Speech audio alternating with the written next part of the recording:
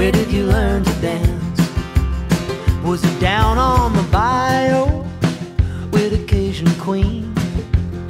Or in a Texas dance hall with a blue-eyed dream? And they say she was a red hot, hair like a flame, fresh as an orchard after summer rain. I hear the way she drew you all about the floor. It was the quickest that a blind man ever moved before. Oh my. The rich get richer, the rest get a little more broke. We're gonna need a bigger boat. This floods down south, it fires out west. You turn on the news, it scares you to death. Give me that hammer, somebody hold my coat. How's it going? Good, Sai. How are you? Good. Yeah, very good. Feeling a bit a bit lazy today. I had a lovely girlfriend hang yesterday. We went out and went to this river and just kind of swanned around. So it's hard getting back into normal life, but nah, feeling good. I love it, Sai. You know, it's so great. First of all, I mean, we're so sorry that we took us so long to have you on the show, because what an amazing artist you are, Sai, Winstanley. And Nashville, not only Nashville is lucky to have you, but I think America is lucky to have you here in our shores. So it's really happy to have you here. Thank you. Thank you. Yeah, I've been here for 7 years from New Zealand, and yeah, it's cool. I mean, it's been a real challenge. An adventure, huh? In an adventure, but it's started to kind of, I mean, it definitely took a few years for it to come right, but now it's pretty much smooth sailing. I mean, it's never smooth sailing being a musician, but it's smoother sailing. I love it. You're having fun with nature. I mean, like a month ago, we had this crazy snow here in Nashville, and everyone was posting videos of them playing in the snow, but no one had more fun, Sai Winstanley, in the snow than you, sir. It is my ultimate, yeah, the snow is just, we were always a winter family, my family. I grew up in a ski town, and whenever we vacationed, we'd always go to the snow. And it so seldom snows here, and I haven't really lived anywhere before where it gets like a super snowy winter. So when we got, I don't know how much it was, like 6 inches, no, 10, I don't know. It was like a good chunk of snow. Right. And I've been a long distance runner for a long time, and running in the snow is just, it's just the best thing in the world. It's the best, like therapeutic.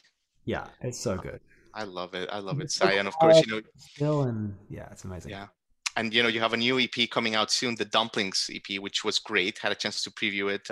Really good stuff. And, of course, you've had an amazing career with Tattletale Saints, with Bennett and McGowan. Won some great awards, very known in Kiwi Down Under in New Zealand. So, yeah, I mean, just welcome to the show, just introducing you to our audience. But yeah, thank you. Let's start with this, Sai. You know, I met you playing at the Station Inn with Adam Chaffins already like 3 months ago. Wow.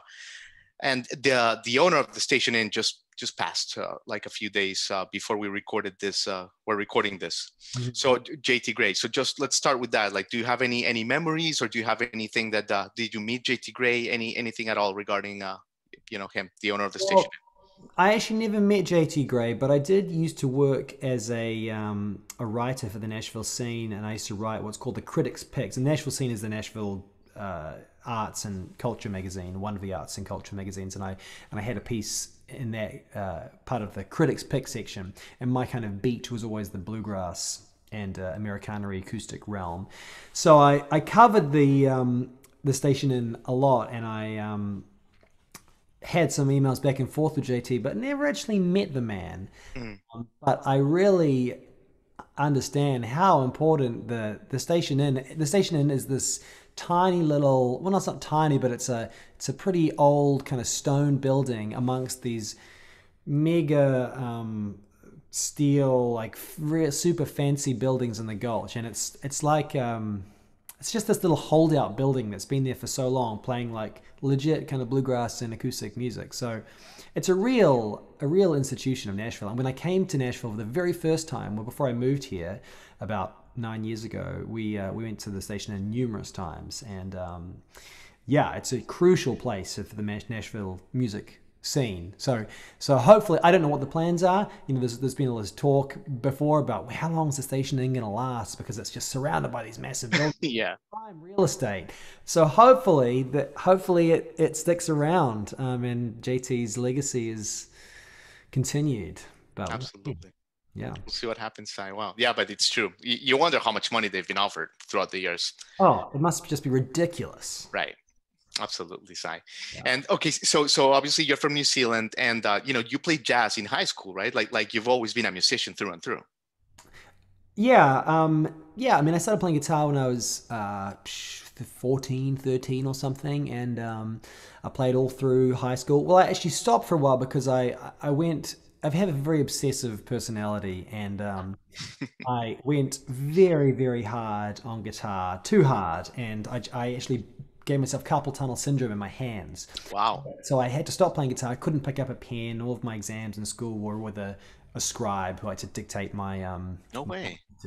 So I had a big spell in the middle where I couldn't play guitar, and then I discovered the magic of running and of physical fitness and how that affected my hands, and that was the biggest thing that changed my ability to play. So I've always kept that up, and yeah, I've just been playing.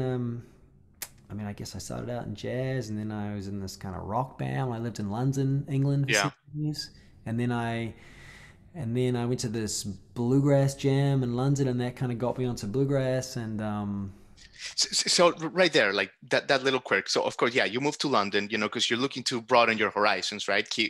I don't know how many people are living in New Zealand, maybe 4 or 5 million, right? Yeah, about 5 million. So, about 5 million. So you're this great musician. You go to London, expand your horizons, and you're playing one day at an Irish pub, if legend of Cy Winstanley serves right. You know, you're playing at an Irish pub, you know, doing your thing, and a gentleman who worked stateside at Borders bookstore approaches you, impressed by your skill and talent. And why don't you finish the story? What happens there, Cy? Yeah, that's exactly right. Nice research there. He gave us. We were playing kind of. It was an Irish pub. We were playing like folky tunes and you know, a couple of like country approximate tunes. But he gave us a couple of CDs. One of Tony Rice and Ricky Skaggs. Tony Rice, like the fun. Love Ricky, brother Ricky.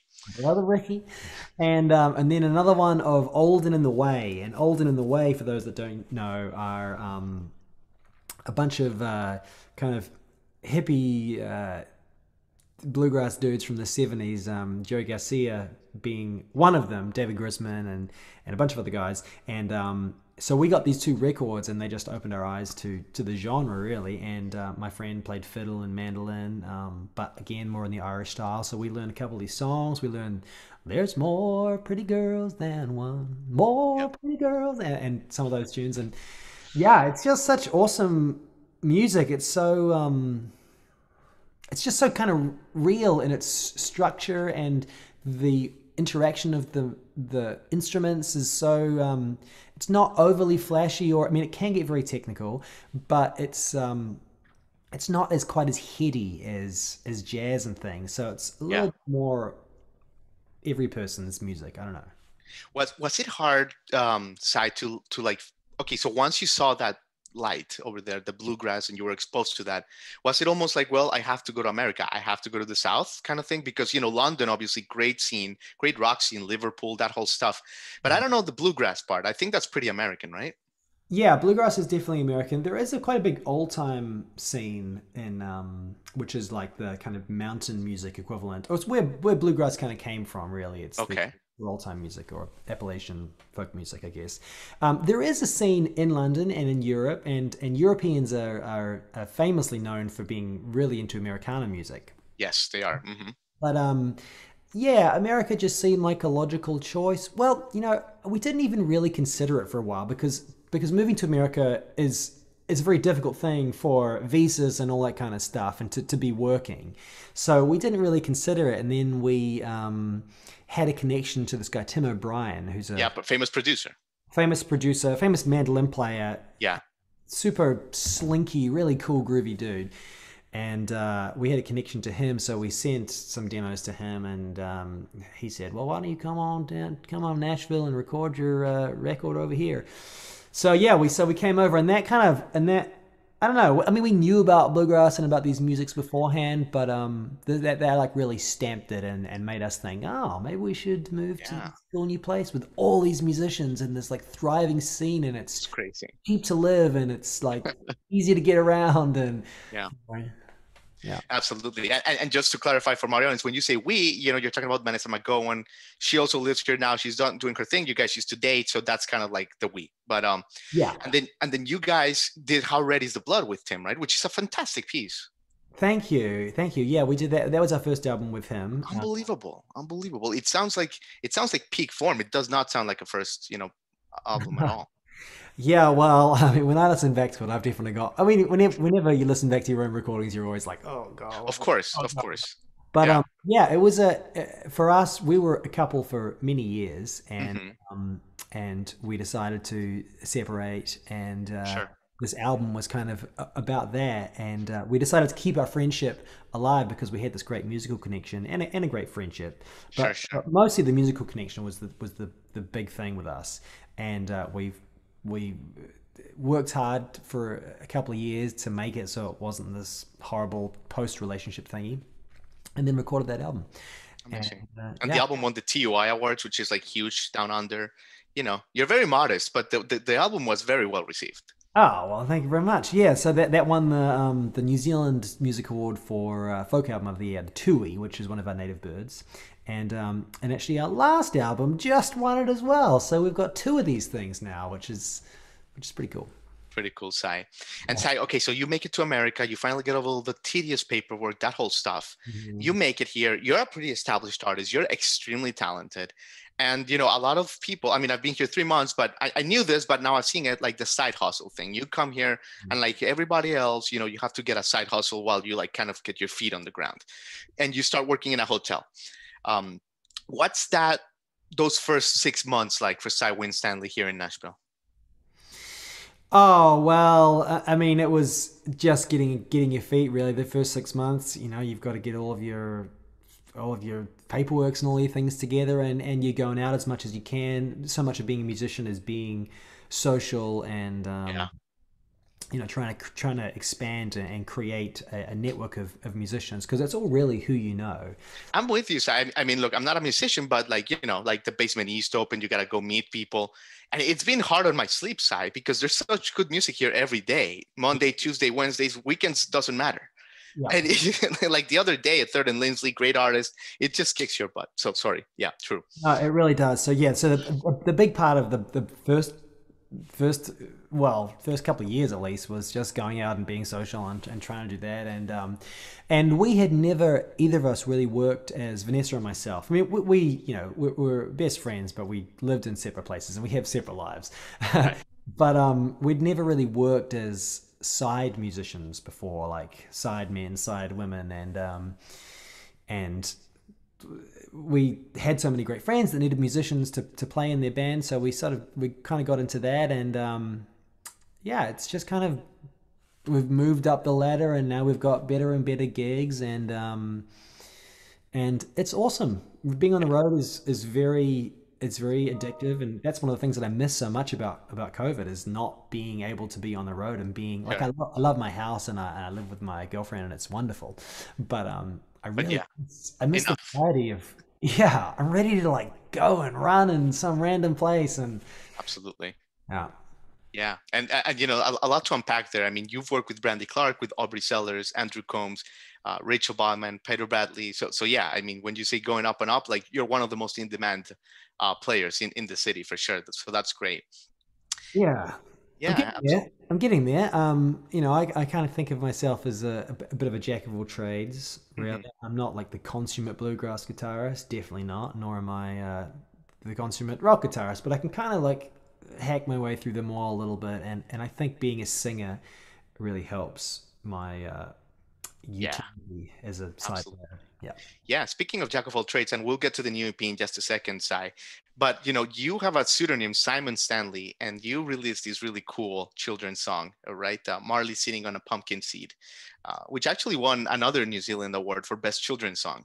So somewhere in your house there in Nashville, there's a trophy room that you're just not showing. Yeah. Like an athlete. Exactly, yeah, the Cy Winstanley Hall of Fame there. But tell us a little bit about that experience. That is super cool, and it was a great song. I mean, for children's, that's awesome. I wish that was around when I was a kid. Yeah. Well, I love children, but I don't know whether I want children myself. And I have this niece who's now 8 years old, and she lives in New Zealand, and her name is Marley. And I wrote the song for it. It just kind of fell out. I didn't really plan on writing a kid's song, but I wrote the song, and I was living in a house at the time where my roommate was a producer. Yeah. I played him the song, and he was like, "I love this. Let's record it." So I recorded the song, and I've actually got a new song coming out soon called "Floating Down the River," which is nice. They're all these kid songs that I've got, which is there's only really a few at the moment, but they're all based on experiences that I've had with my niece, and they're kind of just like she's the main muse in these whole things. And I've actually got an illustrated children's book coming out, which I'm working on for. That's awesome. That's great. And I love the children's music because you can be very creative and colorful. And there's a lot of children's music that's out there that's all about, bubbles, and it's all very over the top. And children love that. But I don't think that you have to be like that. I think you can what I try to do is strike a bit of a balance, so it's something that adults can enjoy and that kids can enjoy too. Nice. More in the tradition, there's an album, Jerry Garcia and David Grisman, who were in the band that I was talking about before, the Olden and the Way. They've got an album called Not for Kids Only, and it's the same principle where it's like kids folky songs, but it's not all like bubbles and candy floss. Well, mission accomplished there, Sai, because I think both parties will enjoy it for sure. Yeah. So let's talk about the Dumplings EP, because it's your I believe it's your first EP solo, right? Yeah. Amazing. It's so good. I mean, it's not many songs, but there's this confidence in your songwriting there, Sai, that from the first song, it just gets you. You're obviously like. It's almost like cheating that this is like your first EP, because it's like it's like you were ready for this. It hits you really good. It's a great piece. Oh, thank you. Yeah. Yeah. Well, so it's just the 3 songs, and what can I say about it? Really? When did you record it? Like, when did you start it? Is this a pandemic project? The songs I've had for the 2 of the songs that I've had for a couple of years, and one of the songs is about the. It's called She Had the Dumplings. It's the COVID Blues. So it's obviously a COVID song. It's one of the few songs that I've written in this time. Well, actually, no, I've written a few songs, but anyway, recorded it about 4 months ago, and just did it in a couple of days with a bunch of great musicians who I know. And it's the songwriting style is very much in the style of Tattletale Saints. I mean, I guess my songwriting style is my songwriting style. The production is a little maybe not heavier, but I think the drums, it's a little more groove based, and the drums are very prominent. Yes. I'm just kind of working on rolling that out right now, working on a music video for that, and trying to do something with it. This is the hard part. The easy part is writing the songs and recording them. The hard part is getting them out and getting them promoted and that kind of stuff. So right. Yeah. Absolutely. Well, yeah, I think Nashville everyone's hungry for good songwriting right now. So it's a good time to release it. What are your touring plans, Sai? I know you mentioned you miss it, and it seems like we're getting out of the weeds with this thing finally. Mm-hmm. Are you starting to schedule stuff for the fall, or like where's your head at with that? Starting to schedule stuff for the fall. Yep. I have yet to book anything under my own name. It's mostly I'm doing side player stuff. I'm playing Brandy Clarke. We've got a few big gigs with that. Austin City Limits is one of them, and nice. Some super cool gigs for that, so that's cool. With my own stuff, just gradually getting there and trying to book stuff. But I think the summertime and through the fall, it should start to happen. I do have a few gigs in summer that are coming up. Cool. Some of them may not happen. It's a weird time for confirming gigs right now because Yeah. people are starting to get vaccines and gigs are booked, but cases are going all around. The last mile, like in your long distance running, we're at mile 25 of the 26.2 or something like that. You got to finish it. It's the hardest bit, yeah.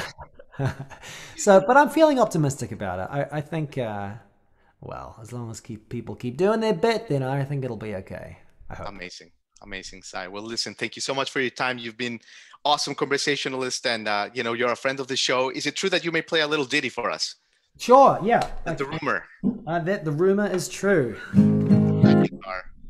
Could I give you any guitar, Sai, and you would make it sound good?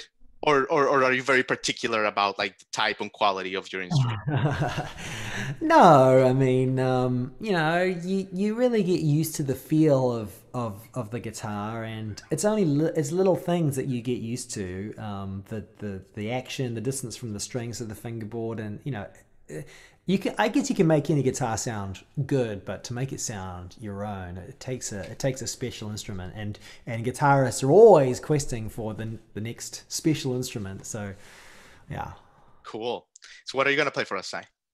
Oh, well, I'll play the Dumplings song. Perfect. The COVID Blues. COVID Blues. Ooh, that's a classic. Yeah. Let me put this on here. Yeah, so this is about the beginnings of the COVID time, and it's kind of about all those things that we wished that we could do and couldn't do in the very beginning. Well, I can't really do now anyway, but yeah. This is the COVID Blues.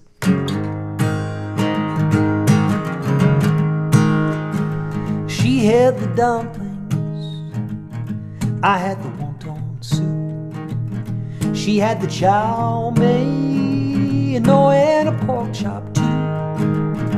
She had the green beans, and man, when we got through, it felt so good eating out the way we used to do.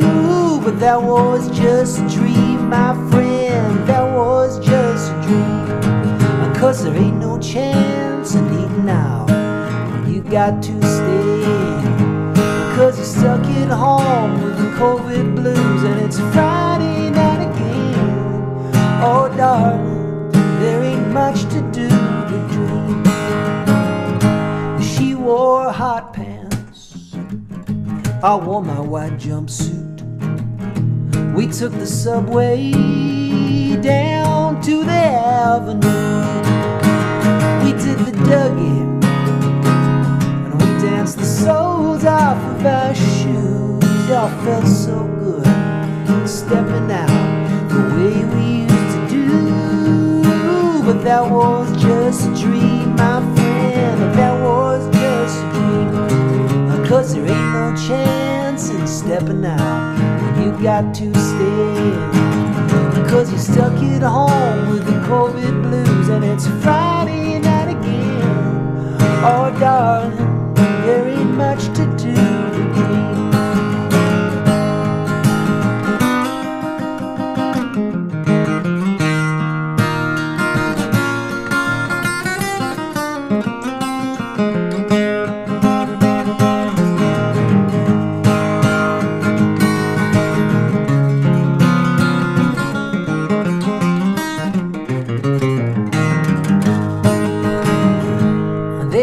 Saxophone and a guy on keys, and two backup singing girls are banging on a tambourine. I felt the room shake, and it set my spirit free. Oh, it felt so good just being out the way it used to be. But that was just a dream, my friend, and that was just a dream. 'Cause there ain't no chance in being out when you got to stay in. 'Cause you're stuck at home with the COVID blues, and it's Friday night again. Oh darling, there ain't much to do but dream. Oh darling, all we got to do is dream.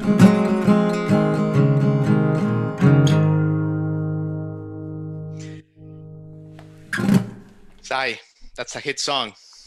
Thank you. That's a hit song. It just, not only the elements, the musicality, the voice, the songwriting, but you captured what we all felt. You made it playful, but we all lived it. So congratulations, Si. That's a heck of a song.